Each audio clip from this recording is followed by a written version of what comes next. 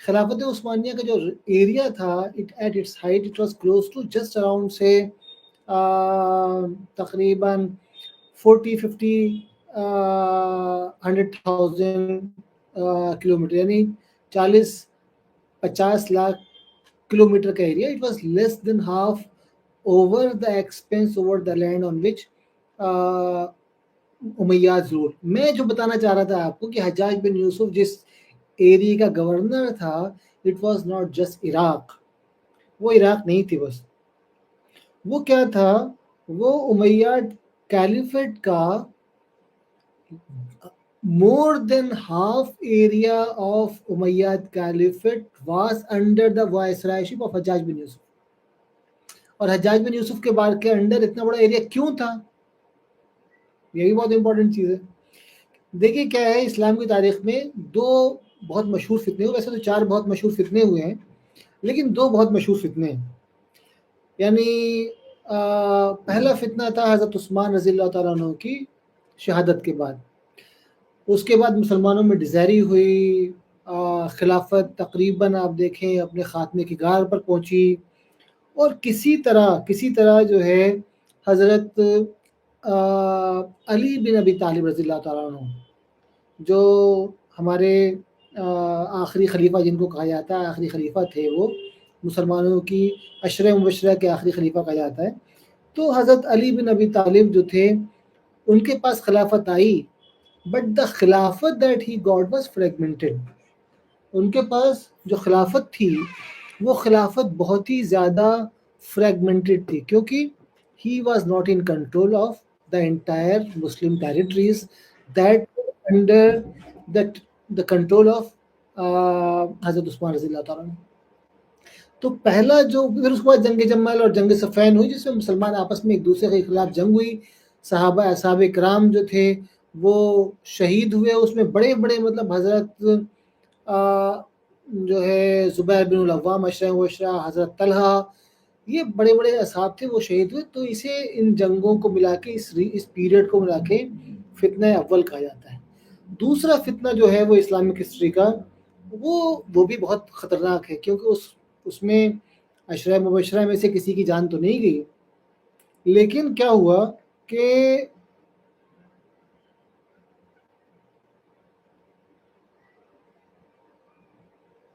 عشرہ مبشرہ میں سے اس میں کسی کی جان تو نہیں گئی، لیکن ایک امپورٹنٹ چیز یہ ہوئی کہ امیاد کیلیفیٹ جو حضرت امیر معاویہ نے بنائی تھی، اور حضرت علی کی شہادت کے بعد ان کا حضرت حسن کے ساتھ معاہدہ ہو گیا تھا.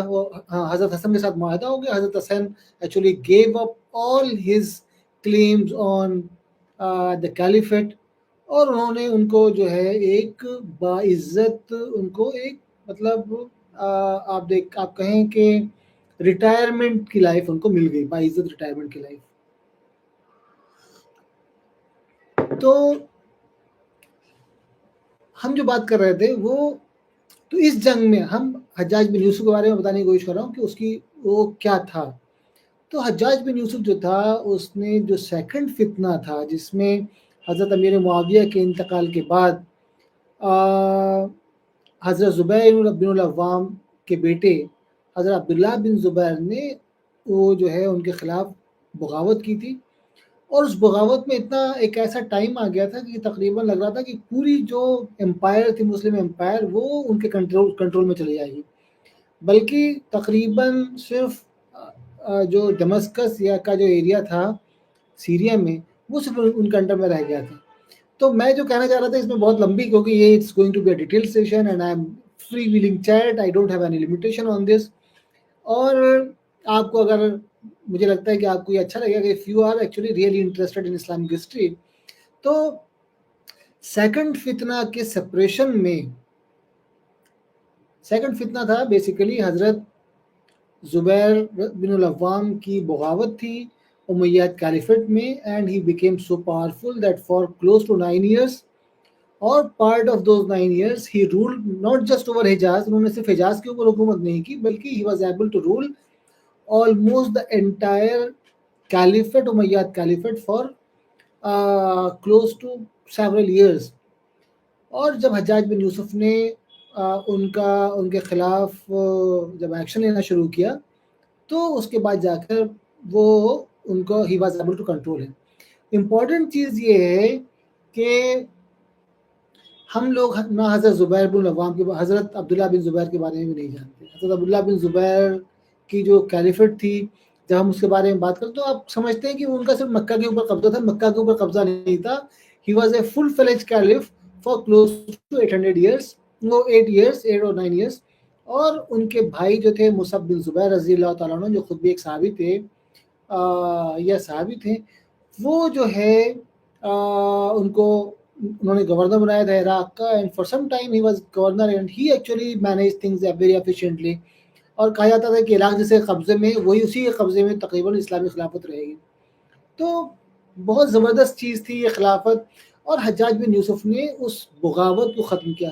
تو سیکنڈ جو فتنہ ہے اس کے خاتمے کا کریڈٹ اگر کسی کو جا سکتا ہے تو حجاج بن یوسف کو جاتا ہے. I am not trying to sort of make him a very liberal religious person, لیکن he was not really the tyrant that he is meant or to be. جب آپ کے ہاں جب چل رہا ہے ایک بغاوت کا سلسلہ, اور جہاں پر لوگ جو ہے ایک جگہ سے لگ رہا ہے کہ اسلامک کیلیفٹ ختم ہو جائے گی اور جو سسٹم ہے وہ ختم ہو جائے گا اور انارکی پیدا ہو جائے گی, اس میں آپ کو you need to have a brute to actually suppress the rebellion, and this brute حجاج بن یوسف was that. لیکن حجاج بن یوسف کی بہت ساری دوسری خوبیاں ہیں اس کے مقابلے میں. جو اس کے اندر خرابیاں تھیں, اس نے بہت سارے لوگوں کو مارا. مکہ کے اوپر اس نے جو ہے اٹیک کیا. مکہ کے اوپر اٹیک ہونا لازمی تھا کیونکہ وہاں سے ایک انسرجنسی چل رہی تھی اور بڑا مسئلہ تھا. لیکن خانہ کعبہ کے اوپر جو ہے اس کو وہ بھی برباد ہوا, اس میں اس کے اوپر اثر پڑا. وہ سب اپنی جگہ جاتا ہے. لیکن آپ دیکھیں کہ ان ساؤتھ ایشیا, ان ماورا النہر, ان سینٹرل ایشیا جو اسلام پھیلا, وہ it was actually plan and sort of اس کو پورا امپلیمنٹیشن جو کیا تھا اس کا, وہ حجاج بن یوسف نے کیا تھا. لوگوں کو, بہت سے لوگوں کو میری بات بہت بری لگ سکتی ہے, لیکن قتیبہ بن مسلم is one of the greatest Muslim conquerors, Muslim generals in the history of Umayya dynasty. Umayya dynasty کے زمانے میں قتیبہ بن مسلم سے بڑا شاید ہی کوئی دوسرا جو ہے وہ جنرل ہوا ہو. Then there was another one, موسیٰ بن Naseer was another one, and he was also patronized by موسیٰ بن نصیر کون تھا؟ اسپین کے اوپر جو مسلمانوں نے جو ایکسپینڈ کیا اپنے آپ کو, اس کا رسپانسبل موسیٰ بن نصیر تھا. اور موسیٰ بن نصیر کا بھی جو سرپرست تھا وہ حجاج بن یوسف تھا.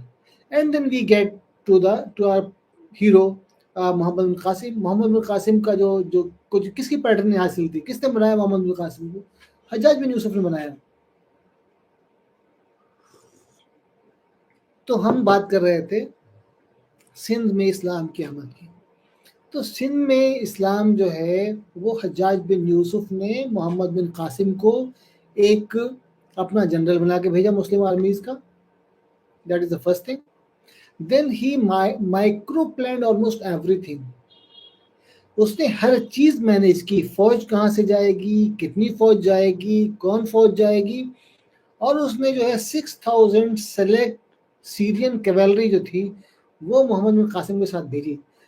جو کسی بھی آرمی کا جو بیسٹ پارٹ ہوتا ہے وہ, اور جو امیہ کیلیفٹ کا, امیہ ڈائنیسٹی کا جو بیسٹ جو ان کی آرمی تھی وہ سیرین ان کی کیولری تھی. 6000 سلیکٹ سیرین کیولری کو بھیجا. پھر 6000 اس نے جو ہے کیمل رائڈرز کو بھیجا. پھر اس کے بعد اس نے جو مکران کا گورنر تھا اس سے کہا کہ اس کو سپورٹ دو. ٹھیک ہے. پھر اس کے بعد جو ہے اس نے جو بیٹل فیلڈ تھی کہ کیسے کہاں پر منجنیق یعنی جو کیٹرپلرز یا کیٹاپلٹس تھے, کیٹرپلر میں نے کہہ دیا سوری, جو کیٹاپلٹس تھے یا جو منجنیق اس کو کہاں رکھی جائے گی, ڈسٹینس کیسے ہو ڈیسائیڈ کیا جائے گا تاکہ اٹ ایکچولی منجنیق اینڈ سارٹ آف جو اس میں آتش کا مادہ تھا یعنی جو انفلیمیبل جو آئٹمز رکھے جاتے تھے اور پھینکے جاتے تھے تاکہ وہ جلا دیں اپنے, اس کو کتنا ڈسٹینس رکھا جائے گا تاکہ وہ جل جائے. تاکہ وہ اپنے ہٹ کرے اپنے ٹارگیٹ کو. یہ ساری چیزیں ڈیسائیڈ کی گئی. کس نے کی تھی؟ محمد بن قاسم نے نہیں کی تھی, حجاج بن یوسف نے کی تھی. And other thing was that he actually sort of what he did, اس نے ایک پوسٹل سسٹم قائم کیا عراق سے لے کر سندھ تک, جہاں پر روزانہ ان کی پوسٹ جو ہے تقریباً 24 گھنٹے میں پہنچتی تھی, کیونکہ average 20-30 kilometres he put riders, horse riders who will go and take the post from him.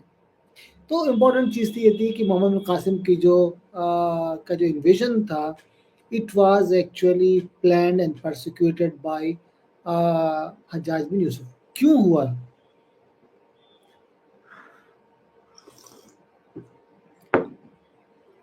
تو محمد بن قاسم کا جو حملہ تھا سندھ میں, it was not really the first Muslim invasion of Sindh.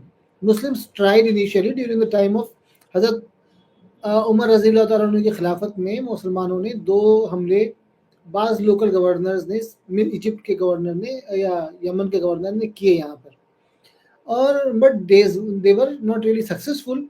And انہوں نے یہ کنکلوڈ کیا کہ ایریا جو ہے سندھ کا جو علاقہ وہ بالکل بیکار ہے, وہاں کوئی ریسورسز نہیں ہے, وہاں سویلائزیشن کا نشان نہیں ہے. دین حضرت عمر رضی اللہ تعالیٰ عنہ, the second Muslim Islamic Caliph, Rashidun Caliph, he put a stop on any expedition on this part of the world. یعنی انہوں نے منع کر دیا کہ سندھ پر کوئی حملہ نہیں کیا جائے گا, there was no need. لیکن پھر کیا ہوا کہ جب مسلمانوں کے قافلے جو ٹریڈنگ کاروانز تھے, جو شپنگ جو تھے, مسلمانوں کے ٹریڈنگ شپ جب یہاں سے جایا کرتے تھے سینٹرل ایشیا یا مالابار, یا not central Asia, east Asia, Malabar اور چائنا کی طرف, تو یہاں پر جو دیبل کا جو پورٹ تھا جہاں راجہ داہر کی حکومت تھی سندھ میں, they started looting those. پھر ایک بار ایسا ہوا کہ سرندیپ کا جو سری لنکا کا جو راجہ تھا, اس نے بادشاہ کو, امیاد کیلف کو کچھ گفٹس بھیجے, جس میں وہاں جو لوکل مسلمان رہ رہے تھے ان میں کچھ عرب مسلمان تھے, وہ بھی تھے اس میں, عورتیں بھی تھیں. they were sent by the same ship to the caliph. اس شپ کے اوپر ان لوگوں نے حملہ کیا اور ان لوگوں کو ہاسٹیج بنا دیا. حجاج بن یوسف نے خط لکھا راجہ داہر کو کہ ان کو چھوڑ دو, اس نے نہیں چھوڑا. دین حجاج بن یوسف sent 2 small expeditions, اور وہ ایکسپیڈیشن فلاپ ہو گئے. اس کے بعد اس نے جو ہے پوری تیاری کے ساتھ محمد بن قاسم کو بھیجا, اور محمد بن قاسم نے جو ہے وہ آپ دیکھیں کہ اس کو وہاں پر جو ہے اس نے, محمد بن Qasim was able to first take over Debal, then cross sort of the Indus River, اور پھر اس کی راجہ داہر سے پہلی وہ جو اس کا مقابلہ ہوا, and Raja Dahir actually lost decisively. لیکن کیا 2-3 چیزیں اور ہیں اس میں. پہلی چیز یہ ہے کہ جو محمد بن قاسم کی فوج تھی, اس کے بارے میں نے اب تک کہا کہ صرف اس میں وہ تھے, کیا نام ہے, سیرین کیولری تھی, اور مسلم جو عرب ہارس رائڈر اس میں کیمل رائڈرز تھے, اور دوسرے لوگ تھے. لیکن ایک کیا ہوا, ان کا یہاں پر لوکل لوگوں سے بھی الائنس ہوا. جب یہ کراس کرنے والے تھے انڈس, تو وہاں پر ایک آئی لینڈ تھا, اس جو لوکل آئی لینڈ تھا اس کا راجہ سے ان کی ہوئی. اس کے اندر ہی پرووائڈڈ دم بوٹس, انہوں نے اس کو بوٹ دیا جن سے پوری فوج جو ہے وہ انڈس پار کراس کیا, کیونکہ یہ لوگ بوٹس کے ساتھ نہیں آئے تھے, اتنے بوٹس کے ساتھ جہاں پر 20,000 25,000 فوجی. دوسرے کیا تھا, جو ویسٹرن جاٹس تھے, مطلب ایک ایسٹرن جاٹس تھے, ایک ویسٹرن جاٹس تھے. ویسٹرن جاٹس وہ بہت دنوں سے عربس کے ساتھ ان کا کانٹیکٹ تھا, اور جنگ جمل میں بھی اس کے کریڈیبل سورسز ہیں کہ جنگ جمل میں ویسٹرن جاٹس جو ہیں وہ حضرت علی رضی اللہ تعالیٰ عنہ کی فوج کے ساتھ مل کر لڑے تھے. اس کے بارے ہم یہ نہیں جانتے کہ وہ مسلمان ہو گئے تھے یا نہیں مسلمان ہو گئے, تو ان میں سے بعض واقعہ مسلمان تھے, لیکن ویسٹرن جاٹس جا کے حضرت علی کی فوج کے ساتھ لڑے. تو ویسٹرن جاٹس تھے, اور کچھ لوکل فشنگ جو لوکل وہ تھے, اور بدھسٹ جو تھے وہاں کے, وہ بھی ان کے ساتھ تھے. تو یہ جنگ ہوئی, اس جنگ میں وہ جیت گئے, اور پھر اس کے بعد پھر قبضہ ہو گیا ان کا. پھر منصورہ نام کا ایک شہر بنایا انہوں نے. تو 2-3 اور چیزیں امپورٹنٹ ہیں. کیا ان کا, یعنی محمد بن قاسم کا جو ٹریٹمنٹ تھا ان کا جو لوکلی کانکورڈ پیپل, جو ڈیفیٹڈ پیپل تھے, ان کے ساتھ کیا تھا, کیا ہونا چاہیے. ہمارے یہاں جو ہمارے ہسٹورینز ہیں وہ بتائیں گے کہ انہوں نے سب کو لارج ماس سلاٹر ہوا ہوگا. محمد بن قاسم نے ایک لیٹر لکھا ایک ٹائرنٹ مطلب حجاج بن یوسف کو, اور اس سے پوچھا کیا کرنا چاہیے. اس نے سیدھا سیدھا کہا the people who did not give you any trouble don't trouble them. جن لوگوں نے تمہیں پریشان نہیں کیا ان کو پریشان مت کرو. تو کیا ہوا, یہ ایک رول بن گیا, جن جگہوں کے لوگوں نے ان کا مقابلہ نہیں کیا یا کم مقابلہ کیا یا مقابلہ کیا, and Arabs they did not lose much, عربوں کا نقصان نہیں ہوا جانی یا مالی, they were spared, local alliance ہوا اور لوکلز کے ساتھ ان کا معاہدہ ہو گیا. چھاچھ نامہ جو ہے ایک بہت مشہور کتاب ہے, اس میں تفصیل سے اس کے بارے میں لکھا ہوا ہے. یہ چیز جو ہے وہ تفصیل کے ساتھ, بہت تفصیل کے ساتھ دی ہوئی کیسے یہ بات ہوئی. تو میں نے سوچا تھا کہ میں ساؤتھ کے بارے میں بات کروں گا, but I think that we are going to continue talking this in this session on Sindh only.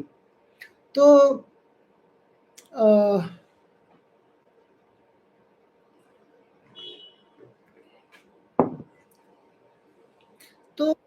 محمد بن قاسم کا جو رویہ تھا, فرسٹ آف آل محمد بن قاسم نے جب دیکھا کہ ان کے ٹیمپلز ہیں, نان یہاں لوکل جو ریلیجن فالو کرتے ہیں, بدھسٹ کے اپنے وہ ٹیمپلز ہیں, ہندوز کے اپنے ٹیمپلز ہیں, برہمنز کے ٹیمپلز ہیں, تو اس نے کہا کہ یہ لوگ جو he treated them like people of the book, اہل کتاب کی طرح اس نے ان کو ٹریٹ کیا. اور ان کو جو ان کے اوپر اگر فوجی کوئی یعنی آبلیگیشن نہیں رہا, they did not have to sort of support the Muslim through military means, ان کو وہاں پر ایک لوکل ٹیکس لگایا گیا جزیہ, اور وہ جزیہ کے بعد then they were allowed to live peacefully. لیکن جن لوگوں نے مقابلہ کیا تھا زیادہ, یا مسلمانوں کا اس جنگ میں جو جنگ ہوئی لوکل, کئی ساری جنگیں ہوئی, مستقل ملتان تک قبضہ کیا تھا, ویسٹرن پنجاب تک. تو اس میں کیا ہوا, اس میں یہ ہوا کہ محمد بن قاسم نے کیا کیا کہ جن یہاں ٹربل ہوا تھا, they killed the people who fought against them and enslaved their say sort of family members. Simple تھا. لیکن ایک اور چیز یہ تھی کہ جو لوکل آرٹیزن تھے, برہمنز تھے, ٹریڈرز تھے, لوکل کمیونٹیز تھیں, ان کو ٹچ نہیں کیا. نو سٹی واز ڈسٹرائڈ, کوئی سٹی کو ڈسٹرائے نہیں کیا گیا, کسی بھی سٹی کو.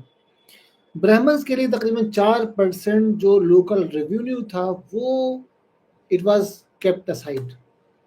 کس کے لیے؟ برہمنز کے لیے. اور اس کے بارے میں بہت ساری جو کتابیں ہیں, اس میں فتوح البلدان میں, یعنی محمد بن قاسم کے بارے میں ہسٹوریوگرافی میں بہت ساری چیزیں نہیں آتی جو اس وقت, کیونکہ اس وقت جو تھی ہسٹری رائٹنگ بہت ڈیولپ نہیں تھی. لیکن اس زمانے کا ایک اکاؤنٹ جو ہے وہ چھاچھ نامہ میں ملتا ہے. چھاچھ نامہ میں بہت تفصیل سے کتاب ہے, but we should actually read it with a pinch of salt. میں اس لیے کہہ رہا ہوں کیونکہ اس زمانے میں وہ تقریباً 300 سال کے بعد لکھی گئی تھی, اور we don't really know actually who wrote the book. اور اس کے بعد 300 سال کے بعد اس کا پھر ترجمہ ہوا, اور اس میں کیا ہے, وہ 300 سال کے بعد لکھی گئی, اینڈ اٹ از کلیمڈ, ایسا کہا جاتا ہے کہ it was the people who were descendants from the members of Muhammad bin Qasim army and who stayed back in Sindh, وہ ان کے نریشن کی داستان تھی, ان کی کہانی تھی. تو 300 سال میں تو آپ بتائیے, آپ سے اگر کوئی پوچھے کہ ہندوستان میں 1857 میں کیا ہوا, ہم میں سے اکثر لوگوں کو کچھ پتہ نہیں ہوتا. ہم کلیم کریں گے, لیکن وہ ساری جو ہے فیبلز ہوں گی, اس کو آپ کوئی ہسٹوریکلی پروون چیز نہیں ہے, لیکن بس یہ ہے کہ آپ اس کو ایک مطلب it can be some sort of loose anecdotal evidence about something, how it was actually happening and how it happened, لیکن اس کے اوپر آپ ڈپینڈ نہیں کر سکتے. تو فتوح البلدان جو ہے کتاب, اس میں تقریباً 5-6 پیجز ہیں. فتوح البلدان جو ہے ارلی 9th سینچری میں لکھی گئی تھی, اور تاج المعاصر میں بھی اس کے بارے میں تفصیل ہے, بٹ تاج المعاصر جو ہے وہ لکھی گئی بہت بعد میں, اور حسن نظامی کی کتاب ہے, لیکن وہ بہت بعد کی چیز ہے. پھر اسامی جو ہے اس نے لکھا ہے تفصیل سے, لیکن اس کے بارے میں because it was very say many 100 years later when it was sort of compiled. طبقات ناصری میں جو ہے وہ اس کے بارے میں تھوڑا سا ملتا ہے تفصیل سے, لیکن یہ سب چیزیں ایسی ہیں جو بہت بعد کی بات ہے. اس زمانے میں جو ہے فتوح البلدان ایک کتاب تھی, اس میں آپ